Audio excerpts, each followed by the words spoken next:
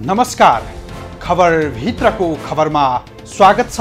म सरोज पौडेल। दर्शकवृन्द, आज हामी ती धरती पाल्ने दाताहरूको पीडा र क्रन्दन देखाउँदैछौँ। यो देशमा 62% भन्दा बढी संख्यामा रहेका उनै दाता किसानहरू रोइरहेको त्यो पीडा नदेखेको बोध नगरेको यो राज्यका निकम्मापनको कथा भन्दैछौँ। 4 महिनादेखि लम्पी स्किन महामारी रोकथाम गरिदेऊ, पीडित किसानलाई राहतको व्यवस्था गर भन्दै याचना गरिरहेको त्यो दारुण दृष्टान्त देखाउँदैछौँ आजको खबर भित्रको खबरमा।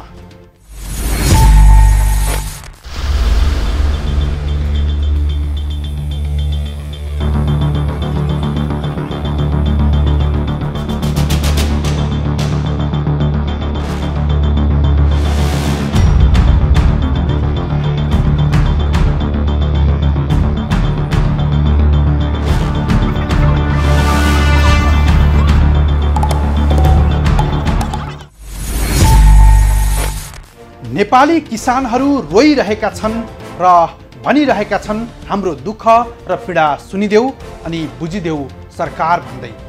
किसानको रोदन हप्ता दिनको होइन, 1 महिनाको मात्रै पनि होइन, 4 महिनादेखि वेदना पुग्दा पनि यो राज्यले सुनेको छैन, बोध गरेको छैन, जसका कारण करिब 8 लाख पशु चौपया संक्रमित छन्। 28,000 भन्दा बढी चौपया मरिसके। तर यो राज्य चिर निन्द्रामा छ। यो देशलाई दूधमा आत्मनिर्भर बनाउने ती किसानहरूको घरखेत उठीवास लाग्ने अवस्था छ यति बेला।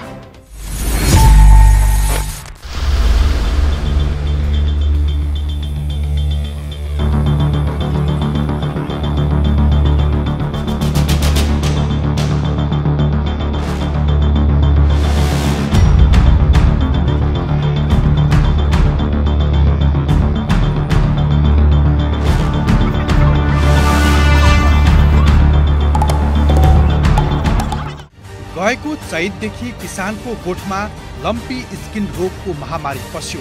4 महिना अघिदेखि यो रोगले महामारीको विकराल रूप लिएको छ। महामारीले गोठ रित्तिएपछि हजारौं किसान इन्तु न चिन्तु भएका छन्। गाई भैँसीमा लाग्ने यो रोगले किसानको गोठ रित्तिए पनि सरकार बेखबर जस्तै छ। लम्पी स्किनको महामारीले देशभरका पशु धमाधम मर्दा पनि सरकार चिर निन्द्राबाट बिउजिएको छैन। किसानको यो दारुण अवस्थाप्रति सरकार त बेखबर छ नै, किसानलाई कर्जा दिएका बैंक तथा वित्तीय संस्थाले पनि उस्तै हैरानी बनाएका छन् भन्छन् पीडित किसान। यो 77 जिल्लामा समस्या आएको हो, तर पहिलोचोटि आयो गरेर पनि नगरपालिकाले गर्दैछ, ग्रामीणले गर्दैछ भनेर बुझ्छु। किसानका हरेक समस्या छन्, किसानका धेरै समस्या पीडाहरू छन्। म धेरै लामो कुरा गर्न चाहन्छु। एउटै कुरा के हो भने अहिले क्लोजिङको महिना भनेर कृषिसँग सम्बन्धित भएर लोनको निमित्त बैंक र सहकारीहरूले जति तागत दिएर किसानलाई मर्कामा पारेका छन्, त्यसको निमित्त सम्बन्धित निकायले बुझिदिनु पर्यो भनेको नगरपालिकामा हामी मात्रै होइन। यसको निमित्त चाहिँ किसानहरूलाई अचार दिने, तेल लिने त्यो अवस्था भएको छ। तेरो नि बाँकी होला भन्नु होला, मेरो बाँकी भएर भनेको सबै किसानहरूको समस्या यही हो। गाउँमा किसानको गोठ रित्तिए पनि संसद र सरकारमा बसेकाहरू चुपचाप छन्। संसदमा किसानले भोगिरहेका समस्या बहस हुनुपर्थ्यो।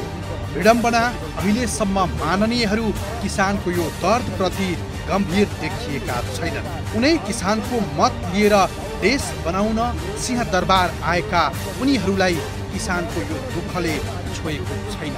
महामारीले विकराल रूप लिइरहेको छ।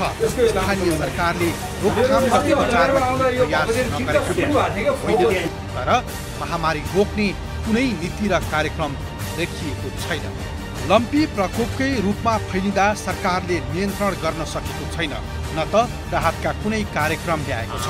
पूर्व तयारी नहुँदा रोग मुलुकभर फैलिएको छ। पशु मरेर कतिपय किसानको आम्दानी बन्द भएको छ। एउटै गाई मर्दा किसानको 2 लाखसम्म नोक्सानी भएको आकलन गरिएको छ। आम्दानीको बाटो बन्द भएपछि ऋण कहाँबाट तिर्ने किसानलाई त्यो पिरलो छ।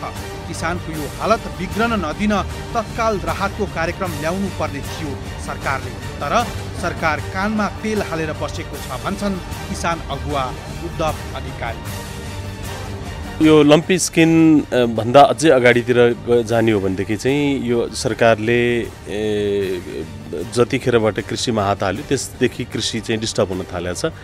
अहिले चाहिँ जब यस्ता खालका महामारीहरूको अब एक खालको सिरिजहरू सुरु भएको छ, चाहे त्यो मान्छेमा होस्, चाहे पशुवस्तुमा होस्, चाहे बोट बिरुवामा होस्, अब त्यसलाई हेर्ने हो भनेदेखि अहिलेको लम्पी स्किनको सुरुवात गएको 2-3 वर्ष बीचमा जुन खालको क्षति भयो यो आम साना किसानहरूको, अब यसको एक खालको टेन्टेटिभ तथ्याङ्क सरकारले सार्वजनिक गर्दै गर्दा नि लगभग 35 अरब प्लस भइसकेको सन्दर्भहरू देखिन्छ। भनेको यति ठुलो रकम क्षति हुँदाखेरि पनि राज्यले चाहिँ त्यसलाई क्षतिपूर्ति दिनुपर्छ भन्नेको सोच समेत विकास गर्न नसक्नु त्यो निकै लज्जास्पद कुरा हो। कृषि प्रधान मुलुकमा तिनै किसानहरूले गरेका चाहिँ तिरेको करबाट चलेको सरकारले किसानहरूको पीडामा चाहिँ सहयोगको हात अगाडि बढाउन नसक्नु त्यो पक्कै दुःखको कुरा हो।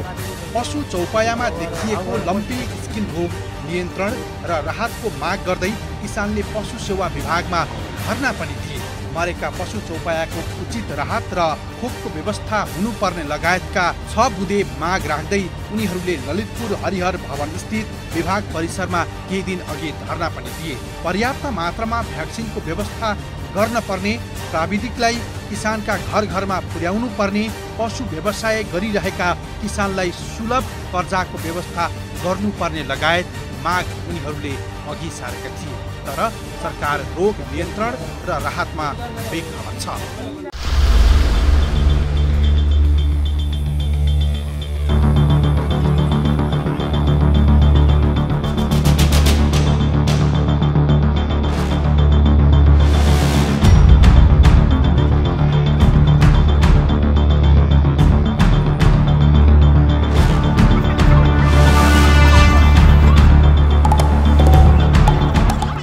कृषिका नाममा कृषि तथा पशुपन्छी विकास मन्त्रालय छ। यस मन्त्रालयको बागडोर सम्हालेका छन् एकीकृत समाजवादीका नेता डाक्टर बेदुराम भुसालले। तर उनै मन्त्री भुसालले अर्थमन्त्रीसँग भेट गराएर ढुक्क छन्।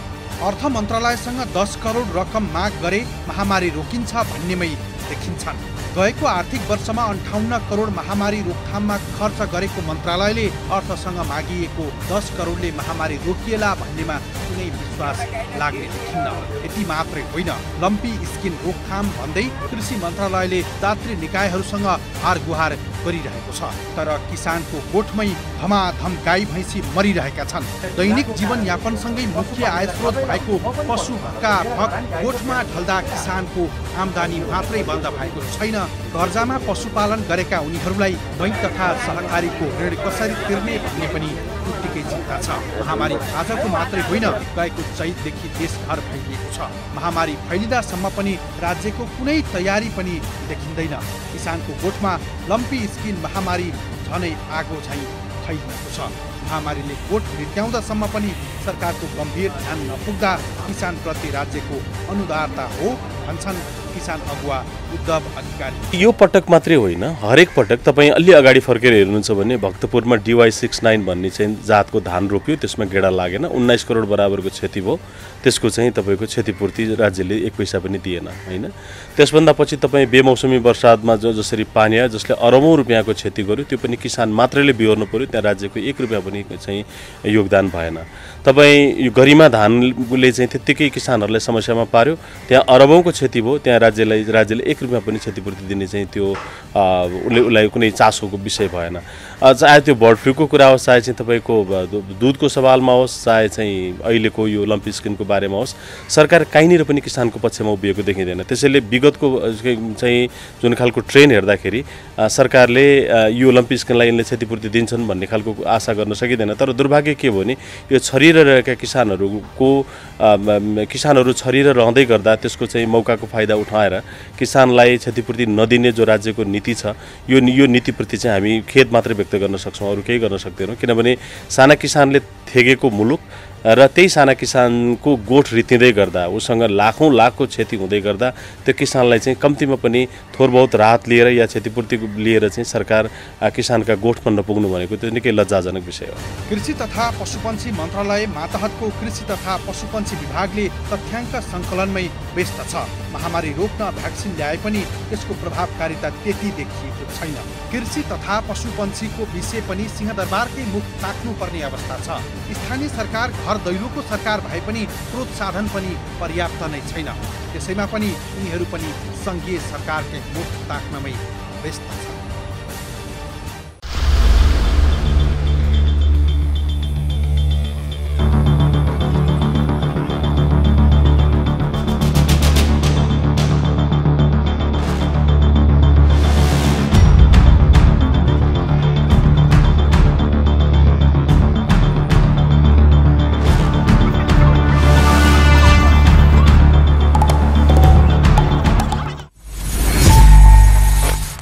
हो, आज किसानको गोठ रित्तिएको धेरै भयो।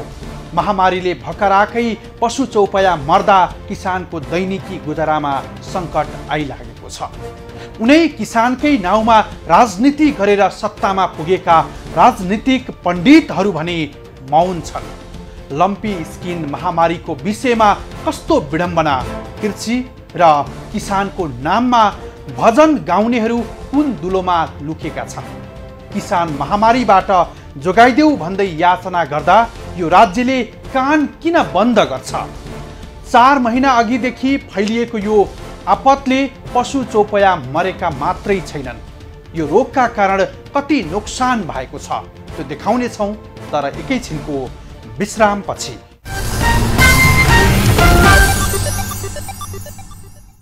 दर्शकवृन्द, यो राज्य सञ्चालकहरूको हृदय यति धेरै कठोर छ कि जहाँ किसानहरूको यो चित्कार र याचनाको बोध गर्दैन। हरेक दिन लम्पी स्किनको कारण गोठ रित्तिएको मात्रै छैन, भोलिका दिनमा बैंक तथा वित्तीय संस्थाबाट लिएको कर्जा कसरी तिर्ने भन्ने पनि पिरलो छ किसानलाई।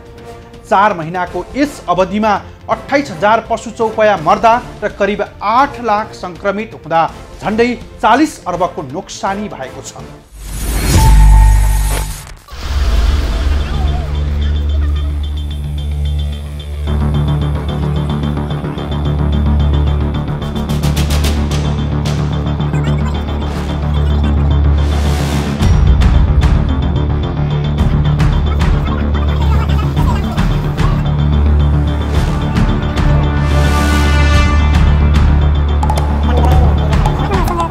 गएको साल 2079 चैत महिनादेखि गाई तथा भैँसीमा लम्की स्किनको महामारी फैलियो।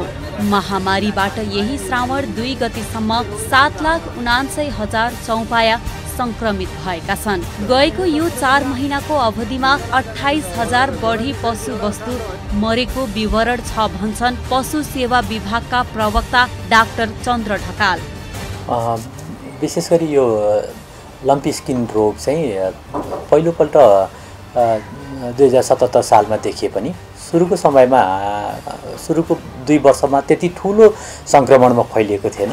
तर यो चालु आर्थिक वर्षको हकमा यो रोग निकै ठुलो महामारीको रूपमा फैलिएको छ। विभिन्न जिल्लाहरू हुँदै अहिले 77वटै जिल्लामा फैलिसकेको छ। पछिल्लो तथ्याङ्क अनुसार 7,79,000 पशुहरू सङ्क्रमित भइसकेको छ भने 2,27,000 पशु सक्रिय सङ्क्रमणको अवस्थामा रहेको छ। त्यसै 5,43,000 पशु चाहिँ रिकभर रोग लागेर निको भइसकेको अवस्था छ। कोशी प्रदेशबाट सुरु भएको यो लम्की प्रकोप मुलुकभर महामारीका रूपमा फैलिरहेको छ, जसको कारण किसानको आम्दानीको स्रोत बन्द भएको मात्रै छैन, लाखौं किसान पलायन हुने अवस्था छ। महामारी रोकथाममा न सरकारको चासो छ, न किसानलाई कुनै राहतको प्रबन्ध गर्न सकेको छ सरकारले, जसको कारण मुलुकले आर्थिक नोक्सानी मात्रै होइन रोजगारी समेत गुमाएको छ।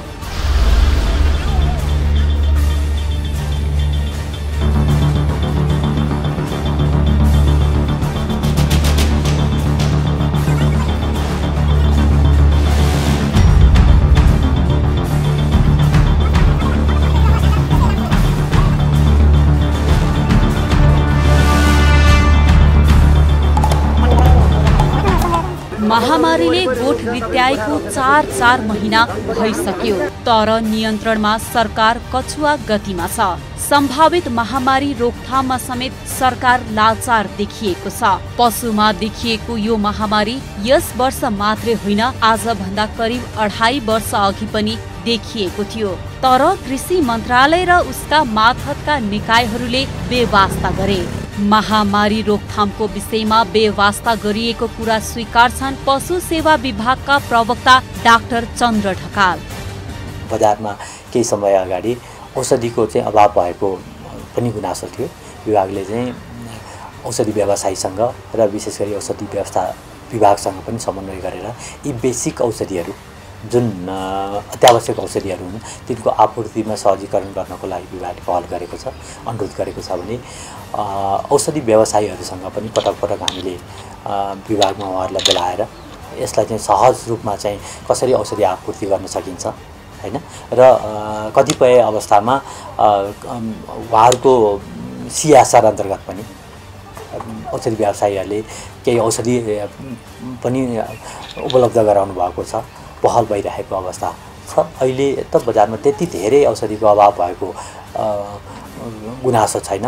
यद्यपि के त भन्दा धेरैभन्दा धेरै गाउँ दूरदराजमा चाहिँ औषधि खोप र प्राविधिक उपलब्ध गर्न सकियो भने रोग नियन्त्रण गर्न सहज हुन्छ, जसमा अब तिनै तहको सरकार र अन्य सरकारवालाहरूको पनि भूमिका हुन्छ।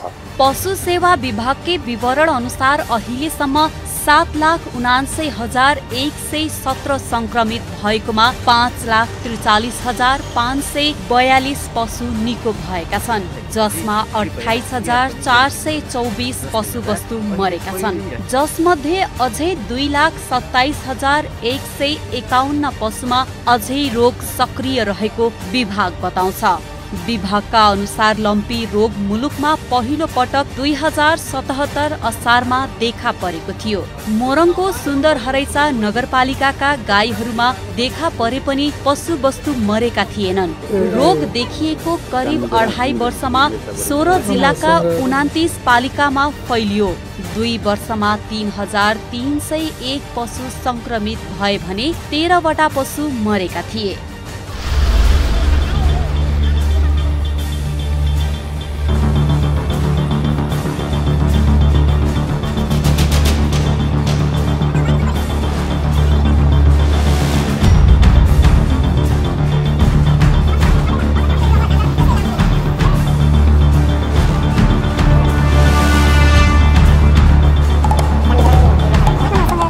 अहिलेसम्म लम्पी स्किन महामारीबाट 38 अर्ब 50 करोड भन्दा बढी नोक्सानी आकलन गरिएको छ। यो महामारीलाई तत्काल नियन्त्रण हुन नसके नोक्सानी अझै बढेर खर्ब बढी हुने देखिन्छ। यही दरले संक्रमण बढे यो वर्षमा संक्रमितको संख्या 25 लाख पुग्ने अनुमान गरिएको छ, जसमध्ये 1 लाख पशुको मृत्यु हुन सक्ने देखिन्छ। यो परिणाम धेरै ठूलो हो। कृषिमा आधारित हाम्रो अर्थतन्त्रका लागि यो निकै महँगो हुने देखिएको छ। रोग नियन्त्रणका लागि संघीय सरकार, प्रदेश सरकार र स्थानीय सरकारमा कार्यरत पशु स्वास्थ्य कर्मीहरू परिचालित गरिएको बताए पनि रोग तत्काल नियन्त्रण होला जस्तो देखिन्न भन्छन् किसान अगुवा उद्धव अधिकारी। अब एकाध रूपमा अहिले यसलाई केही चाहिँ नयाँ रोगहरूलाई रोकथाम गर्नका लागि केही भ्याक्सिनहरू, केही चाहिँ राहतका कार्यक्रमहरू गएको त सुनिन्छ, तर त्यो एउटा पालिकामा 1 लाख रुपियाँ पनि नपुग्ने गरेर गएको त्यो भ्याक्सिनेसनले त्यसले कुनै चाहिँ परिणाम दिन सक्दैन र अहिले किसानहरू फेरि उनीहरू एक खालको समस्यामाथि थप समस्यामा परिरहेका छन्। किनभने गाईको सास सन्जेल आस हुन्छ, उनीहरू फेरि चाहिँ त्यो एग्रोभेटहरूमा त्यो गएर उनीहरू चाहिँ त्यो थप बिरामी गाईको उपचारका लागि खर्चमा फसिरहेका छन् र अन्तिममा उपचार खर्च पनि गएको छ र गाई पनि चाहिँ जीवित रहेको छैन। अब यसमा चाहिँ सरकारले चाहिँ एक खालको कर्मकाण्डी कामले केही गरे जस्तो त गरेको छ, तर साँच्चै पीडित किसानहरूको हातमा मलमको रूपमा जुन किसानको क्षतिपूर्ति लिएर जानु पर्थ्यो र त्यसको रोकथामका लागि जुन एउटा अभियान नै सञ्चालन गर्नुपर्थ्यो, त्यो चाहिँ राज्यबाट भएको देखिँदैन। देशभर पशुमा लम्पी स्किन रोग फैलिएपछि बल्ल तल्ल सरकारले खोप त ल्याएको छ, तर महामारी फैलावटको दर हेर्दा यो पर्याप्त देखिन्न। यद्यपि सरकारले महामारी रोक्न भन्दै 10,37,000 डोज खोप आयात गरेको छ। आयातित खोप मध्ये 2,56,178लाई खोप लगाइएको पनि छ। नेपाल पशु चिकित्सा परिषदले गरेको अध्ययन अनुसार 20% पशुमा रोग सर्ने दर, करिब 4% मृत्यु दर रहेको देखिन्छ। जुन रोग विश्वव्यापी रूपमा पशु चौपायामा फैलिएको छ। यही रोगले अहिले नेपालमा पनि महामारीको रूप लिएको हो।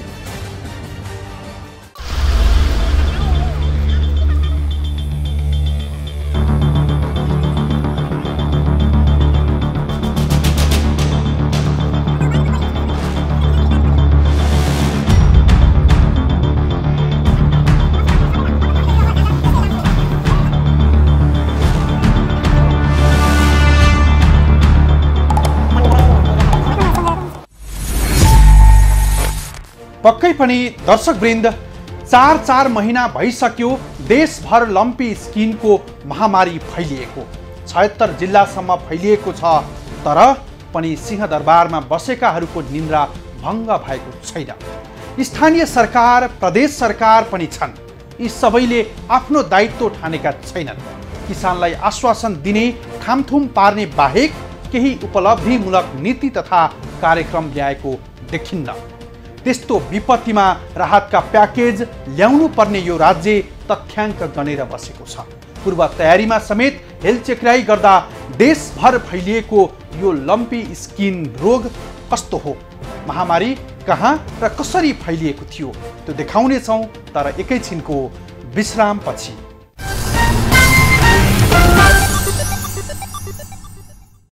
दर्शकवृन्द, लम्पी स्किनको विषय आजको होइन, हिजोको मात्रै पनि होइन। यो 3 वर्ष अघि नेपालमा पनि देखा परेको थियो। त्यसबेला पूर्वी नेपालका किसानका पशु चौपायामा संक्रमण देखिएको थियो।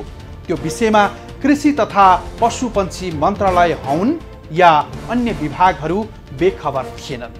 तर लाचारपनकै कारण दोस्रो पटक देशभर फैलिएको यो महामारी करिब 1 शताब्दी अघि नै देखा परेको थियो।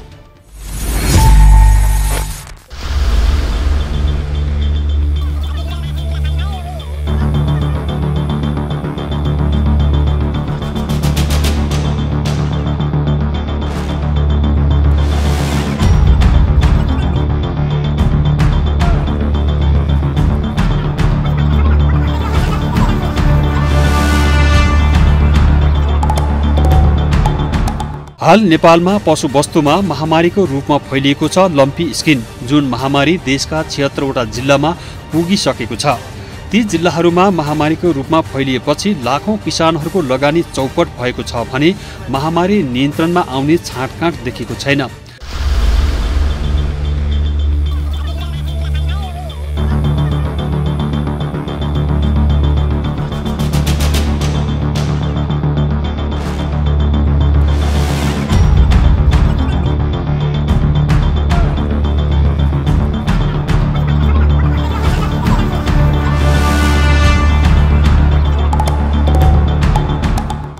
जुन पशुमा लाग्ने लम्पी स्किन रोग पहिलो पटक दक्षिण अफ्रिकी मुलुक जाम्बियामा सन् 1929मा देखा परेको थियो।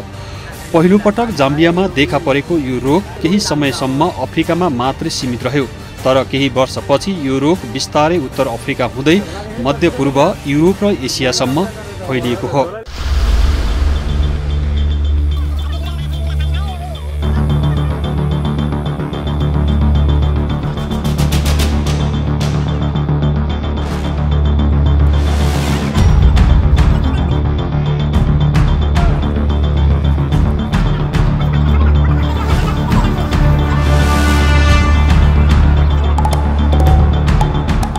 राष्ट्रसङ्घको खाद्य तथा कृषि सङ्गठनका अनुसार सन् 2019को जुलाईमा एसियाली मुलुकहरूमा यो रोग भित्रिएको थियो।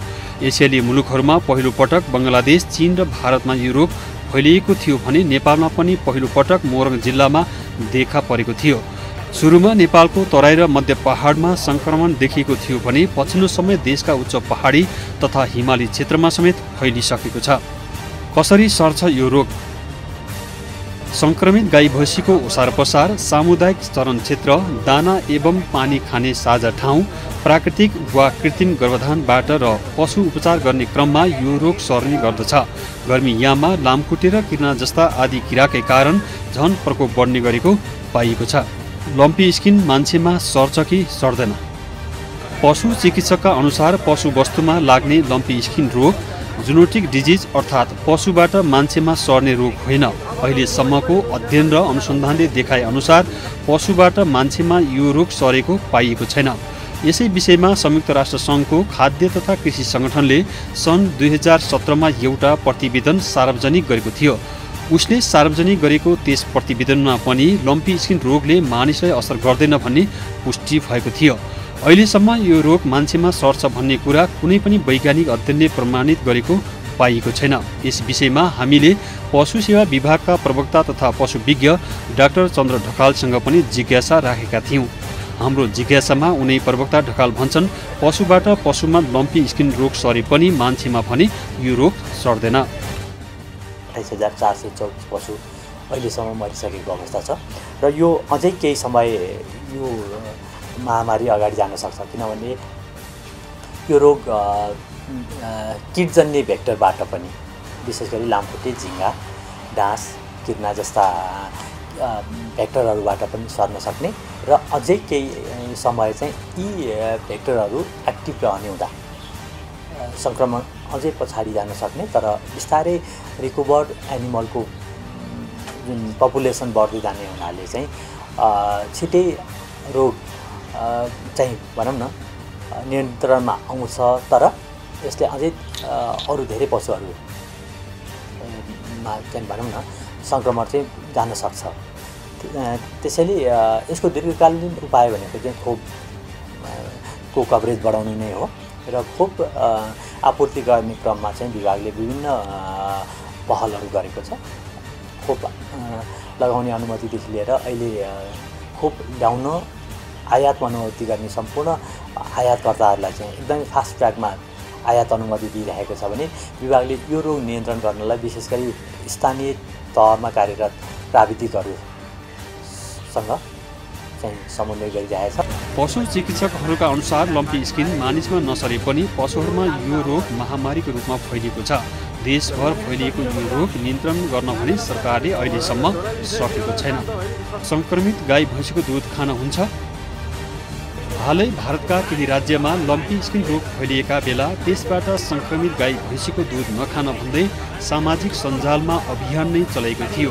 तर भारतकै पशु चिकित्सकहरूले भने त्यस्ता अफवाहमा कुनै सत्यता नभएको भन्दै खण्डन गरेका थिए। अहिलेसम्म सङ्क्रमित पशु वस्तुको दुध खाँदा कसैलाई त्यस्तो असर गरेको नपाइकाले हल्लाको पछि नलाग्न चिकित्सकहरूले सुझाव दिएका छन्। लम्पी स्किन रोगको सङ्क्रमण दर कस्तो छ? यो रोग लागेका गाई भैँसीको छालामा 1 देखि 5 सेन्टिमिटरसम्मका कडा र गोला गाँठा हुन्छन्। त्यस्तै सङ्क्रमित गाई भैँसीको थुतुनो, मुख र नाकमा घाउ जस्तो देखिन्छ भने आँखा र नाकबाट अत्याधिक मात्रामा तरल पदार्थ निस्किने गर्दछ। विश्व पशु स्वास्थ्य सङ्गठनका अनुसार यो रोग देखिएको ठाउँमा पशुमा रोग फैलिने दर 10 देखि 20% हुने गर्दछ भने मृत्युदर 1 देखि 5% रहेको पाइएको छ। तर भारत लगायतका केही मुलुकहरूमा यो रोग फैलिने दर उच्च देखिएको छ। यो रोगले भारतमा करिब 13%, बङ्गलादेशमा 3% र इथियोपियामा करिब 5%सम्म मृत्युदर देखिएको छ भने एकै गोठमा रहेका पशुहरूमध्ये करिब 83%मा रोग फैलिने र तीमध्ये करिब 25% पशु मर्ने औसतको तथ्याङ्क छ।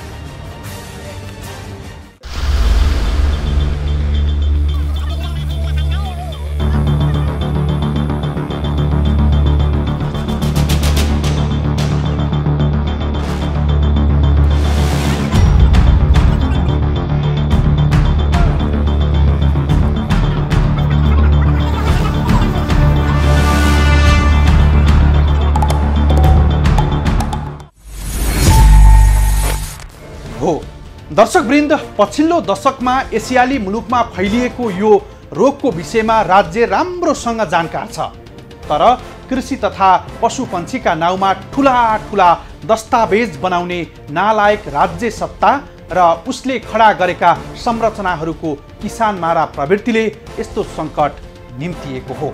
महामारीले देशको कृषि तथा पशुपन्छी क्षेत्र आक्रान्त हुँदा पनि रोकथाम र नियन्त्रण गर्न सकेको छैन यो राज्यले। राज्यको यही नालायकीपनले आज लाखौं किसानको यो दुर्दशा भएको हो। किसानको यो दुर्दशाप्रति अब भने सिंहदरबारको आँखा चाँडै खुलोस्। हवस् त, आजलाई यति नै। भोलि अर्को खास विषय लिएर उपस्थित हुनेछौँ। खबरभित्रको खबरका लागि हेर्दै रहनुहोला एभी न्युज खबर। नमस्कार।